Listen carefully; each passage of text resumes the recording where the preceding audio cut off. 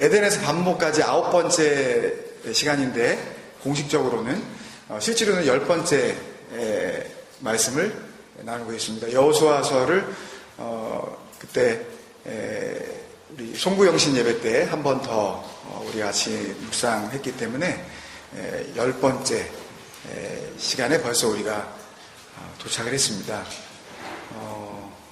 참 금방이에요. 시작한 것 같은데 또 뭐 이렇게 10번째 시간이 같이 나눠지고 그래서 지금까지 어찌 보면 좀 큰 그림을 그릴 수 있도록 우리를 인도해 주신 것이 아닌가. 그리고 특히 이제 창세기를 지나서 출애굽기에 들어오자마자 이제는 뭐 한두 가정의 이야기가 아니라 이게 뭐 100,000 people의 이야기가 막 이제 나오기 시작을 했고 그렇게 나머지 이 룻기 있기 전까지 우리 지난주에 나누었었던 사사기까지 그런 큰 무리의 일련의 한 백성들의 이야기들이 그렇게 도도하게 흘러왔었습니다. 그러다가 갑자기 룻기가 딱 우리에게 나타난 거예요. 여러 가지 면에서 참 감사합니다. 그죠?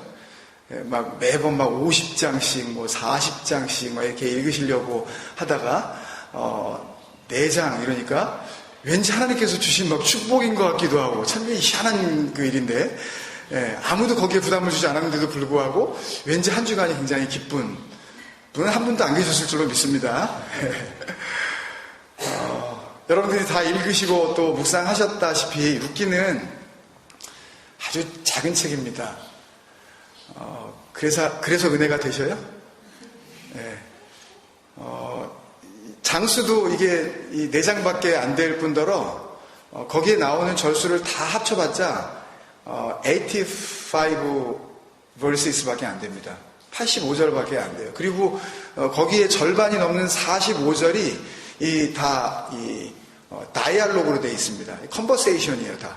뭐 말하고 뭐 이야기하고 질문하고 대답하고 그렇기 때문에 지금까지 우리가 읽었었던 뭐 레위기나 민수기나 또 사사기에 나오는 어떤 그런 딱딱한 이야기들보다 훨씬 더 짧은 데다가 또 대화체로 막 돼 있어서 너무 막 은혜가 되는 거예요. 그러시죠? 예. 그래서 이 사사기를 지나서 룻기에 이르렀을 때 한 번 더 우리에게 계속해서 앞으로 전진할 수 있는 소망을 주시는 것이 아닌가라는 그런 생각이 듭니다. 그래서 그런 건지 아닌지는 모르겠지만 이스라엘 사람들도 룻기를 사랑합니다. 지금도 사랑해요, 룻기를. 옛날부터 이 유대인들이 이스라엘의 그 절기들이 있지 않습니까? 우리 수련회 갔을 때 같이 잠깐 나누었었던 그 이야기들 가운데 특히 이 유대인들의 3대 절기, 그때 이모 집사님이 망설임 없이 그냥 드시고 바로 맞춰주셔가지고 뭐 역전의 그 분위기를 이끌고 가셨는데 뭐였죠? 이스라엘의 3대 절기? 6월절? 그 다음부터 잘 모르셔요? 3대 절기가 있었어요, 그죠?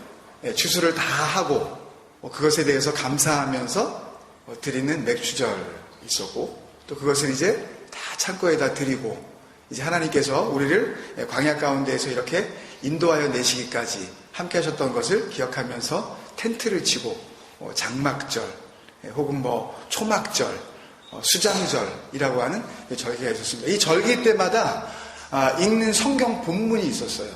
근데 바로 이 룻기는 이스라엘 백성들이 하나님 앞에서 꼭 지켜야 하는 그 중요한 절기들을 지키면서 특히 맥추절에 이제 다 추수를 하고 나서 맥추절에 온 가족이 다 함께 모여서 읽었었던 메길로스라고 하는 두루마리라는 그런 의미입니다. 두루마리로 이렇게 되어 있는 이 성경인데 이 두루마리에서 두루마리를 펴가면서 룻기를 온 가족이 앉아서 다 읽었습니다. 할렐루야. 4장이니까 읽었지 이게. 바로 전에 있는 사사기만 됐어도 한 21장 읽으려고 그러면 아빠 언제 끝나요? 밥 언제 먹어요? 그럴 것 같아요. 그렇게 어찌됐든 간에 이 룻기를 읽으면서 하나님 앞에 감사함을 다시 한번 확인하는 그런 본문이었습니다. 이 메길로스라고 하는 이 두루마리에는 이 룻기만 있었던 것이 아니라 아가서, 애가서, 전도서, 그리고 에스더서 이렇게 5권의 책이 같이 들어있었어요. 중요한 절기 때마다 말씀을 펴놓고 온 가족을 다 불러 모여서 앉혀놓은 다음에 그 절기에 합당한 성경책을 펴들고 그것을 누군가가 한 사람이 대표로 낭독을 하고 다 같이 듣는 겁니다. 1시간 같은 자리에 같이 있으면서 함께 말씀을 읽음으로 말미암아 그 공동체가 믿음의 공동체로서 유지되어질 수가 있었던 거죠.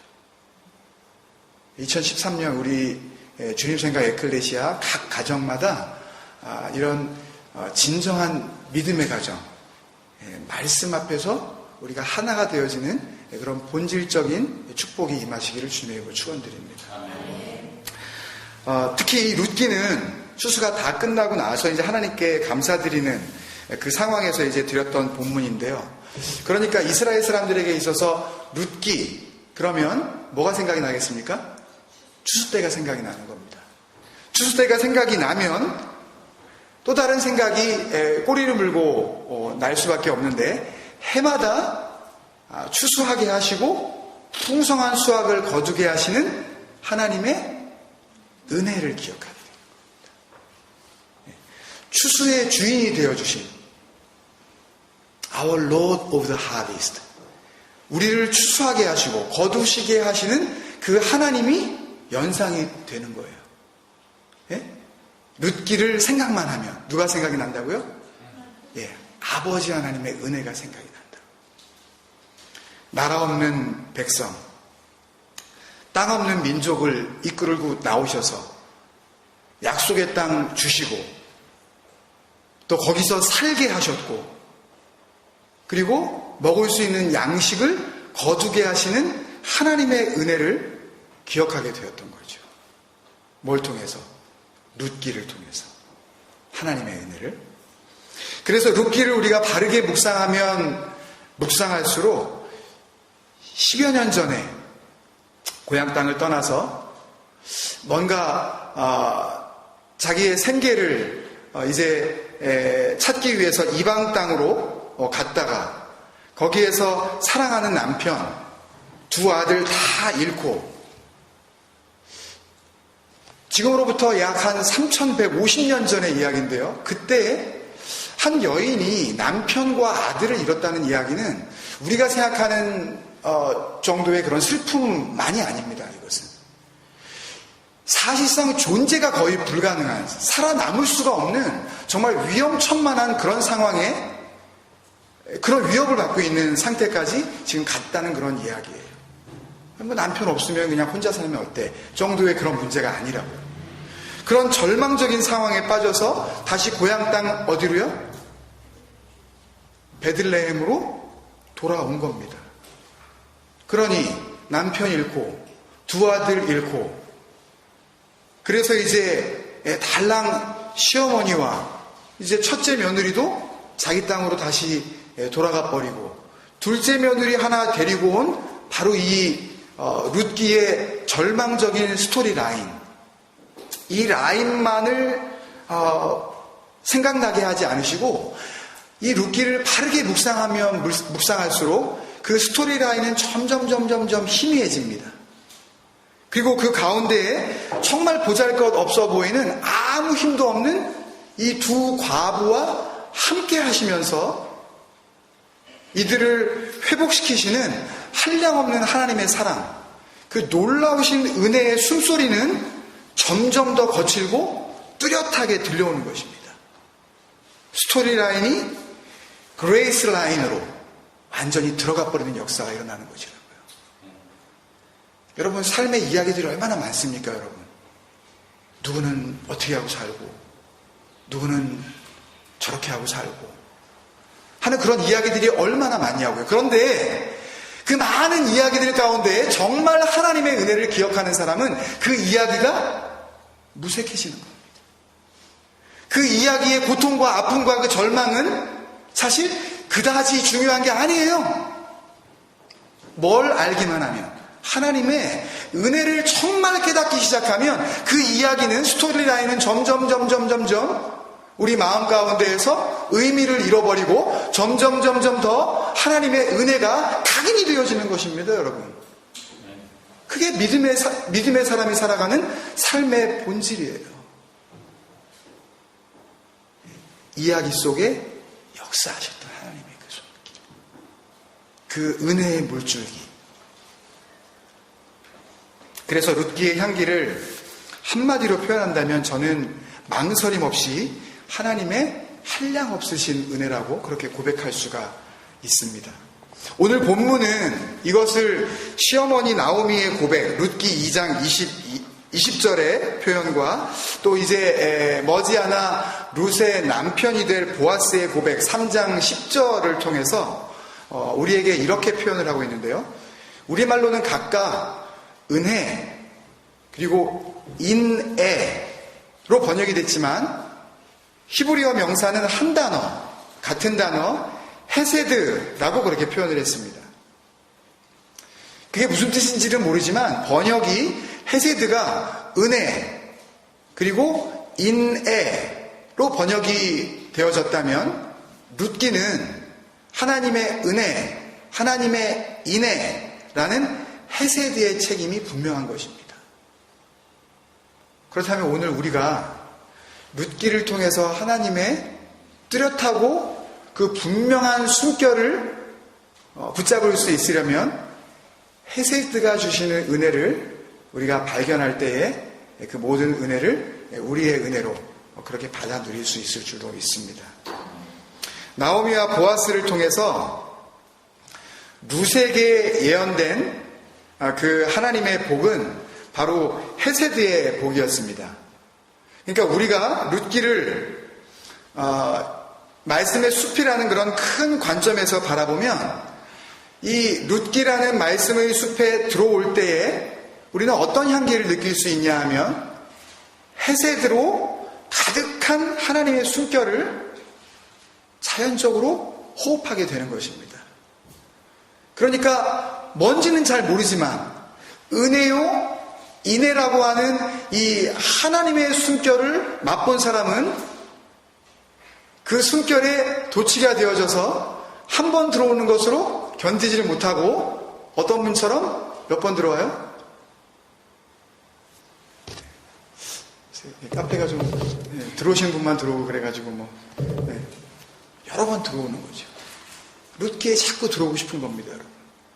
그러니까 어떤 집사님은 2번도 들어오고 어떤 집사님은 한 20번도 들어오시고, 그죠? 내장이 뭐야, 내장이.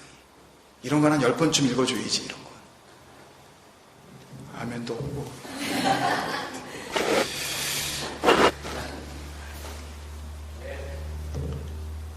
여러분, 말씀 앞으로 우리가 나아갈 때 정말 그 말씀이 나의 생명인 것을 안다면 시간이 아깝지가 않아요.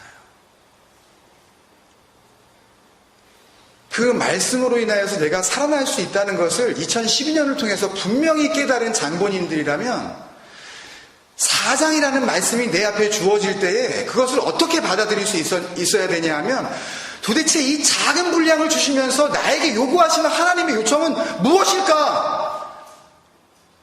그것을 발견할 수 있는 신실함이 우리에게 작동되어져야 될 줄로 믿습니다.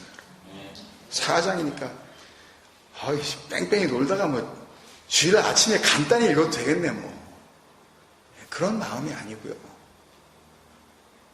읽느냐 안 읽느냐의 문제가 아니라 하나님 앞에서 우리의 중심이 얼마나 신실하냐 신실하지 못하느냐 이의 싸움으로 말씀 앞에 나아가야 되지 않겠습니까, 여러분?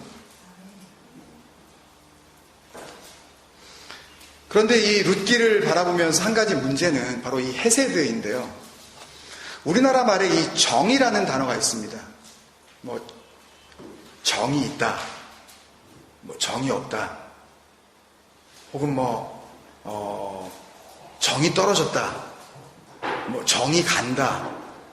이게 참 무슨 의미인 줄은 알지만 정확하게 그것을 설명하라고 그러면 굉장히 말이 장황해지고 좀 이렇게 각 사람마다 다 다릅니다. 정의 뭐냐고 한번 정의를 내려보라 그러면 자기가 생각하는 정의라는 것이 다 따로 있는 것처럼 이 히브리 단어의 헤세드라는 이 단어도요, 그만큼이나 굉장히 다양한 뜻들을 포함하고 있는 그런 단어입니다. 이 사전을 찾아보니까요, 헤세드는 대표적으로 kindness, 그러니까 친절, 또 piety, 경건, 효심. 그래서 이 룻기를 본문으로 해서 특히 어버이 주일에 시어머니 좀 잘 섬겨라. 믿음의 이 며느리는 시어머니 잘 모시는 거다. 고부간에 좀 잘 지내라. 뭐 이런 설교가 이 파이어티라는 그 의미에 조금 더 중점을 두고 설교하게 되는 것은 아닌가 하는 그런 생각을 하게 되는데, 또 어떤 뜻이 있냐면 mercy, 자비, 은총, 또 favor, 호의, 부탁, 뭐 뜻이요 한 10몇 개가 나옵니다. 히브리 사전을 찾아보니까. 이렇게 뜻이 많다는 얘기는 뭘까요, 여러분? 이 헤세드라는 단어 하나가 가지고 있는 뜻이 많다. 그 의미는 이 한 단어가 가지고 있는 의미와 또 이 한 단어가 가지고 있는 value, 그 가치가 그만큼 풍성하다는 의미 아니겠습니까, 여러분? 한 단어로는 설명이 안 되는 단어다. 이 의미가 바로 거기에 있는 건 아니겠습니까, 여러분? 결국 나오미와 보아스가 고백했었던 이 하나님의 복이라는 대표 명사로서 쓰여진 이 헤세드는 그 모든 의미를 다 포함하고도 남는, 그래서 한두 마디의 인간의 짧은 표현으로는 다 설명할 수가 없는, 말로 다 할 수 없는 그 이상의 엄청난 은혜라는 것을 직감하게 됩니다. 그렇지 않아요, 여러분? 그래서 제가 말씀을 준비하면서 이 은혜를, 이 헤세드가 주시는 그 밀려오는 감격을 의지해서 제가 나름대로 이렇게 적어보았습니다. 영어로 이렇게 적었어요. 이거는 네이티브한테 이 검증을 안 받았기 때문에 혹 틀릴지도 모릅니다. 그렇지만 무슨 말씀을 드리려고 하는지 여러분들이 은혜로 좀 받아주셨으면 좋겠어요. The Hesed, K가 묵음인데요, is the grace of God that goes beyond common sense. Beyond our common sense, 우리의 상식을 초월하는, 그것을 뛰어넘는 하나님의 은혜. 그게 뭐라고요? 정말 감사하게도요, 말씀으로 인도하시는, 우리를 향하신 하나님의 너무나 분명하신 그 인도하심을 느끼게 됩니다. 여러분, 우리가 바로 이틀 전 금요일 날 이것을 묵상했어요. 말도 안 되는 하나님의 은혜. 누가복음 16장 1절에서부터 13절 우리가 같이 묵상하면서 이거는 인간적으로는 도저히 이해할 수가 없는 그런 상황 속에서 예수님께서 제자들에게 하나님이 어떤 분이신지를 가르쳐 주신 바로 그 말도 안 되는 사랑, 그 말도 안 되는 용서, 설명할 길이 없는, 상식을 뛰어넘는 바로 그 은혜, 그것을 우리가 미리 맛보지 않았습니까, 여러분? 그래서 이 말씀이 더 우리에게 와닿게 되어지는 거예요. 헤세드는 상식을 뛰어넘는 은혜입니다. 교회는 상식이 통하는 교회여야 해요. 교인은, 하나님을 믿는 성도는 상식이 통할 수 있는 사람이어야 한다고요. 그러나 우리의 믿음은 상식선에 머물러서는 안 되는 것입니다, 여러분. 상식선에서 이해될 수 있는 그런 신앙으로서는 하나님을 받아들일 수가 없다고요. 하나님께서 정말 우리에게 원하시는 믿음은 상식을 뛰어넘는 믿음 아니었습니까, 여러분? 어떻게 보이지도 않는 하나님을 우리의 생명과 우리 죽음 이후의 모든 것을 맡기실 수 있는 분으로 우리가 믿어질 수가 있겠습니까? 뭘로 설명할 수가 있겠어요? 상식을 뛰어넘어야만 가능한 하나님의 놀라우신 은혜 아니겠습니까, 여러분? 교회는 상식이 통해야 합니다. 그렇지만 그 교회 안에 역사하여야 하는 믿음은 상식을 뛰어넘지 않고서는 하나님의 놀라우신 은혜를 맛볼 길이 없어요. 그래서 너무 상식에 사로잡혀 사는 사람이 하나님의 은혜를 깊이 느끼지 못합니다. 하나님의 은혜를 뭘로 평가하려고 그래요? 자기 상식으로만 잣대질하려고 하기 때문에. 내가 생각하는 내 커먼센스에 맞으면 내가 받아들이고, 내가 생각하는 상식에 맞지 않으면 받아들이지 않는 사람에게 어떻게 상식 위에 역사하시는 하나님께서 함께 하실 수가 있겠냐고요. 이렇게 묵상하고 나니까요, 룻기는 더 이상 어버이 주일 때 단골로 나오는 그런 메뉴가 아니었던 것을 제가 알 수가 있었습니다. 그냥 받아들일 필요 없는 한 이방 여인을 착한 마음으로 받아들인 한 남자의 지고지순한 아름다운 보리밭 사랑 이야기가 아니라는 것을 제가 알게 되었습니다. 이것은 그렇게 읽어서는 안 된다. 무슨 사사도 아니고, 그렇다고 모세나 여호수아처럼 뛰어난 그런 지도자도 아니고, 이제는 남편도 잃고 아들도 다 잃고 아무 힘도 없는 그런 여인들, 나오미와 룻, 그리고 예루살렘도 아니고 거기에서부터 남쪽으로 20리길이나 떨어져 있는 베들레헴 변방에서 살고 있는 평범하기 그지없는 한 보아스라는 사람, 그 삶 한가운데에 역사하셔서 그 보잘것없는 한 가정을 통해서 소망 없는 이스라엘 민족 전체를 구원하시려는 하나님의 말도 안 되는 이 사랑, 상식으로는 이해할 수 없는, 상식을 초월하는 하나님의 은혜를 발견하게 되는 것입니다. 그렇기 때문에 사사시대의 그 동시대를 살아간 이 룻기의 주요 인물로 등장하는 이 세 사람은요, 자기 자신들은 지금 하나님 앞에서 어떻게 쓰임받고 있는지 알 길이 없어요. 내가 지금 이렇게 사는 것이 과연 하나님이 지금 나를 사용하고 있는 것인가? 내가 그렇게 모압 땅에 갔다가 다시 가나안 땅으로 다시 돌아와서 또 베들레헴 고향 땅으로 돌아오는 그 모든 여정 가운데 하나님께서 지금 역사하고 계신다는 것을 그들이 알았는지 몰랐는지 우리로서는 알 수가 없다고요. 하나님께서 룻을 통해서 보아스를 만나게 하시는 그 과정과 보아스가 아무것도 소망이 없는 그 이방 여인 한 여인을 자기의 아내로 맞아들이는 모든 과정 속에서 하나님께서 지금 개입하시고 계시는지 안 계시는지 그들이 알 길이 없었음이 분명합니다. 그렇지만 그들은 분명히 하나님 앞에 쓰임받고 있었던 존재들 아닙니까? 하나님 앞에 어떻게 쓰임받고 있는지 모르면서 하나님의 은혜의 통로로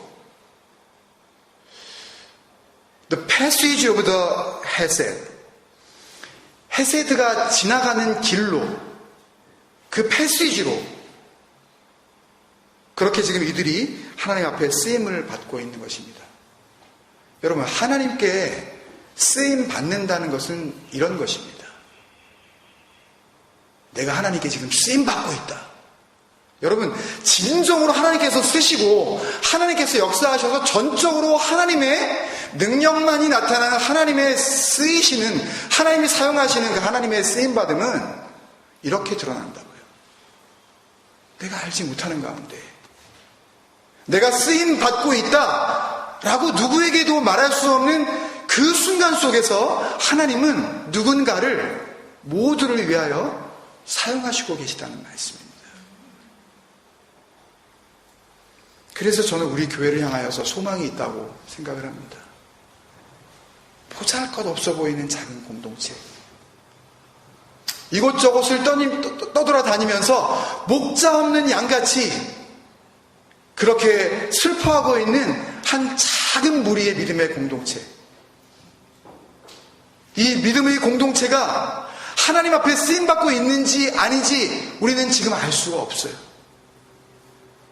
그렇지만 무엇보다도 하나님께서 함께 하셔야만 우리가 존재할 수 있다는 것을 고백하는 그 순간, 하나님은 아무것도 아닌 자들을 사용하시기 시작하면서 헤세드의 통로가 될 수 있도록 역사하실 줄로 믿습니다.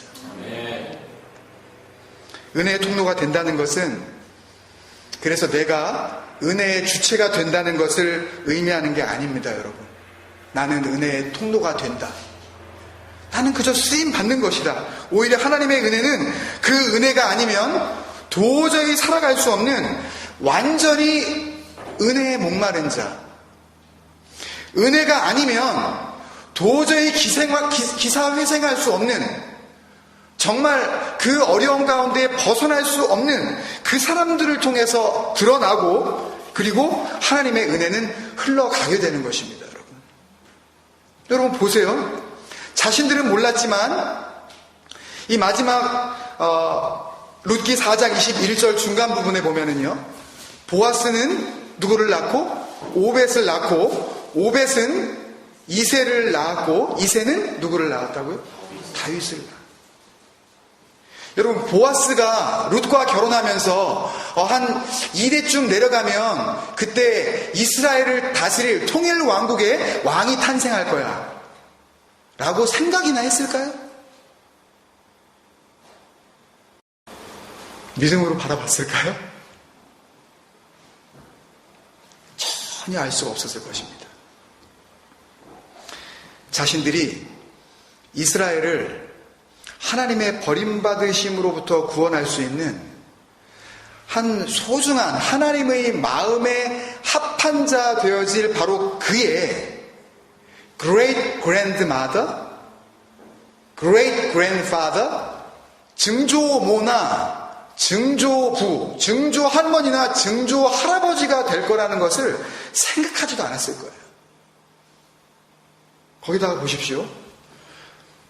피 한 방울 섞이지 않았지만 자기의 며느리였던 한 여인이 이제는 자기 아들과는 전혀 상관없는 다른 누군가에게 이제 시집을 가고 말았습니다. 그럼에도 불구하고 이 두 사람의 든든한 신앙의 버팀목이 되어 주었었던 이 나오미, 그들은 은혜를 베풀 만한 자였다기보다는 하나님의 은혜가 아니면 도저히 살아갈 수 없는 자들 아니었습니까? 아무리 힘들어도 가지 말았어야 할 이방인의 땅, 그것도 하나님으로부터 버림받았었던 모압 족속의 땅에 들어가서 10년입니다. 10년 만에 남편 잃고 두 아들을 다 잃어버린 나오미가 얼마나 힘들었으면 자기 땅에 돌아와서 뭐라고 고백합니까? 1장 20절에 Don't call me Naomi any longer. Call me? 무슨 말씀이 생각납니까, 여러분? 출애굽기? 어딘지 잘 모르겠지만 어디선가 들어왔었던 이름이죠. 이스라엘 백성들이 하나님의 그 놀라우신 역사 앞에서 뒤쫓아오는 바로의 군대들을 이제 뒤로 하고 구원의 놀라우신 그 하나님의 은혜를 만끽할 수 있었던 홍해를 건넌 이후에 바로 당도한 곳이 바로 어디입니까? 마라 아니었습니까? 물이 썩어서 먹을 수가 없었던 바로 그곳. 하나님을 향하여서 하나님이 계신 것을 분명히 자기들의 눈으로 확인했음에도 불구하고 불과 몇 시간 지나지 않아 마실 물이 없다는 것을 놓고 하나님을 원망하며 그가 보내신 지도자에게 불평하였었던 민족. 나를 그 민족이라고 불러다. 나오미는 플레젠트라는 그런 이름입니다. 기쁨, 즐거움, 그런 이름을 이제는 포기하고 나를 차라리 쓴물이라 불러다오, 나를 고통이라 불러다오 라고 지금 이야기하는 이유가 어디에 있겠습니까? 절망 가운데 있다는 이야기죠. 자기 삶 가운데 도대체 기쁨이라는 구석이라고는 하나도 찾아볼 수 없는 그런 존재라는 것을 자기 고향에 있는 모든 사람들에게 자기 스스로가 고백하는 것 아닙니까? 여러분 혹시 우리 가운데 Don't call me Naomi any longer, 차라리 내 인생을 마라라고 불러다오 라고 하시면서 사시는 분 계십니까? 간절히 소망합니다. 2013년에는 주님, 그 마라의 모든 고통들이 나옴이 되게 하시는 헤세드의 은혜가 있게 하여 주옵소서. 기도하시기를 원합니다. 여러분, 그렇게 믿음 없는 고백하지 마시고 아버지 하나님께서 이 마라 같은 내 삶을 통해서도 나오미의 은혜를 분명히 주실 것이다.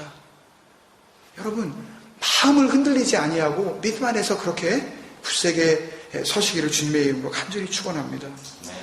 내 인생에 아주 신물이 난다. 나눠줄 은혜가 있겠습니까? 없겠습니까? 여러분? 줄 은혜가 없는 거예요. 그렇게 자기 스스로가 자기를 마라라고 부르라고 하는 그 절망적인 시어머니를 따라 나온 며느리는 또 어떨까요? 한 번 살아보지도 않은 유대인의 땅, 그것도 아이 하나 없이 그냥 이제 과부가 되어져서 낯설은 외국인의 땅에 도착한 모압 여인 룻 아닙니까? 얼마나 가난했는지 우리가 율법을 같이 공부하면서 읽었었던 적이 있지만 정말 극빈자 중에 극빈자들이나 해야 되는 추수하는 곳에서 이삭을 줍는 일, 그것을 모아다가 겨우 끼니를 이어야 되는 정말 찢어지게 가난한 형편에 놓여 있었던 이 여인이 무슨 나눠줄 은혜가 있었겠습니까, 여러분?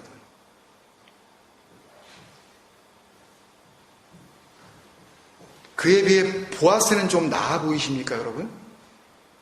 좀 가진 게 있으니까 이 사람은 좀 나눠줄 수 있을 거라고 여러분들 기대가 되십니까? 보아스가 누굽니까? 말씀을 통해서 우리가 놀라운 사실을 발견하게 되는데요. 이 보아스 역시 아직도 자기는 분명하지 않은 자기의 민족적인 정체성, 도대체 내가 지금 어디에 속해 있는 건지, 내가 정말 여기에 살 수 있는 건지, 그리고 저들은 나를 자기의 민족으로 그렇게 받아주고 있는 것인지, 여러 모양으로 아픔과 상처를 안고 살아가던 사람이 바로 이 보아스입니다. 왜요? 그의 아버지가 누굽니까? 맨 마지막 4장 21절을 보니까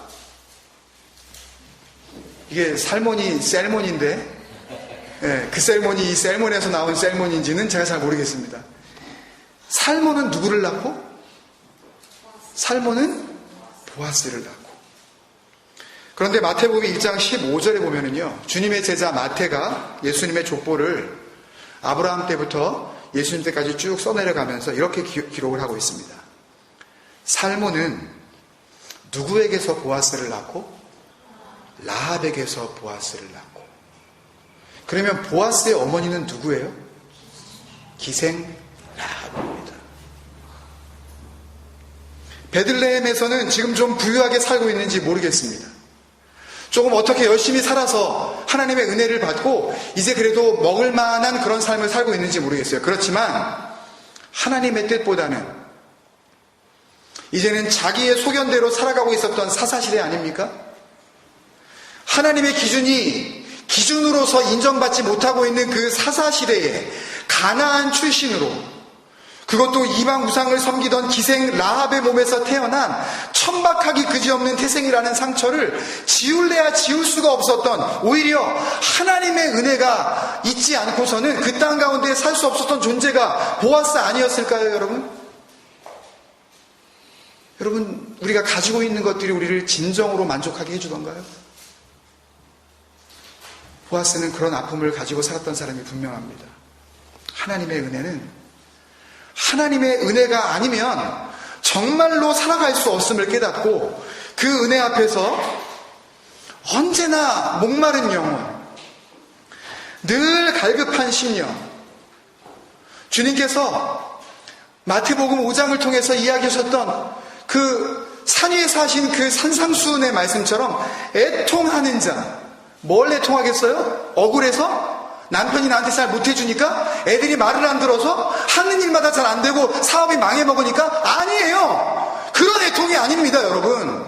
억울한 게 아니에요. 이 애통은 하나님의 은혜가 아니면 살아갈 수 없음을 알고 그 은혜를 요구하면서 주여 나에게 은혜 주옵소서, 간절한 마음으로 나아가는 그 마음이 애통하는 마음입니다, 여러분.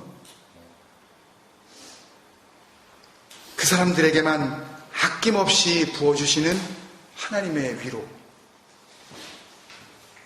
바로 그 네하마티의 위로 아니겠습니까, 여러분? 그렇게 상식을 뛰어넘는 하나님의 은혜, 이 헤세드로 충만한 룻기의 결론은 무엇입니까, 여러분? 이스라엘을 절망 가운데 구원할 정말 왕다운 왕이 이제 태어나는 것 아닙니까? 이것을 히브리어 성경은 마지막 룻기 4장 22절을 이렇게 시작합니다. 다비드 얄라드, 다윗이 태어나다 라고 적고 있지만, 다비드라는 그 원래의 뜻과 얄라드라는 그 원래의 뜻을 찾으면 그 뜻은 다비드, 얄라드, 비긴, 사랑이 시작되다. 여러분, 저는 룻기를 마무리하면서 하나님의 이 놀라운 은혜 앞에 한량없는 감사를 드리지 아니할 수가 없었습니다. 작은 책이었지만 왜 작은 책을 주셨는지, 그리고 큰 민족 이스라엘에게서 그 포커스를 거두시고 보잘것없는 이제 가정 같지도 않은 작은 가정에 그 모든 조명을 비추시는 그 성령의 그 포커스, 그 집중하시는 은혜가 왜 룻기를 통해서 우리에게 주어졌는지 그것을 다시 한번 분명히 알게 되었습니다. 여러분, 다수가 하나님 앞에서 함께 쓰임 받을 수만 있다면 참으로 그것은 복된 일일 것입니다. 그렇지만 창세기 이후에 적어도 우리가 룻기를 묵상하는 이 순간까지 거슬러 내려올 때 우리에게 주시는 하나님의 은혜는 다수를 통하여서 역사하시는 하나님도 계시지만, 정말 그 다수를 위하여서 보잘것없는 한 사람과 아무 의미 없어 보이는 한 가정을 들어 사용하시는 하나님의 그 세미하신 숨결, 그 사랑의 호흡을 저는 같이 호흡할 수가 있었습니다. 여러분, 말씀을 기억하면서 우리 같이 한번 기도했으면 좋겠습니다. 여러분께서는 룻기를 읽으면서 하나님의 은혜를 어떻게 누리셨습니까? 하나님께서 룻기를 통해서 주시려고 하는 어떤 하나님의 호흡을 같이 호흡하셨는지 참 궁금합니다. 이후에 이들의 삶이 어떻게 전개되었는지 룻기는 우리에게 더 이상 알려주고 있지 않습니다. 그렇지만 보아스를 떠나 그 다음 세대로, 또 그 다음 세대로, 그 다음 세대로 이어져 다윗에 이를 때까지 분명히 이 가정은 하나님의 헤세드의 은혜 아래에서 살아가고 있었음이 분명할 것입니다. 여러분, 저는 소망합니다. 우리 교회의 간절한 기도가 바로 이것이 되게 하여 주옵소서. 다른 은혜를 구하지 말게 하여 주옵소서. 상식으로는 이해할 수 없는 하나님의 이 은혜. 우리의 간절한 기도의 제목은 2013년 한 해 동안 헤세드로 집중하게 하여 주옵소서. 같이 한번 기도하겠습니다.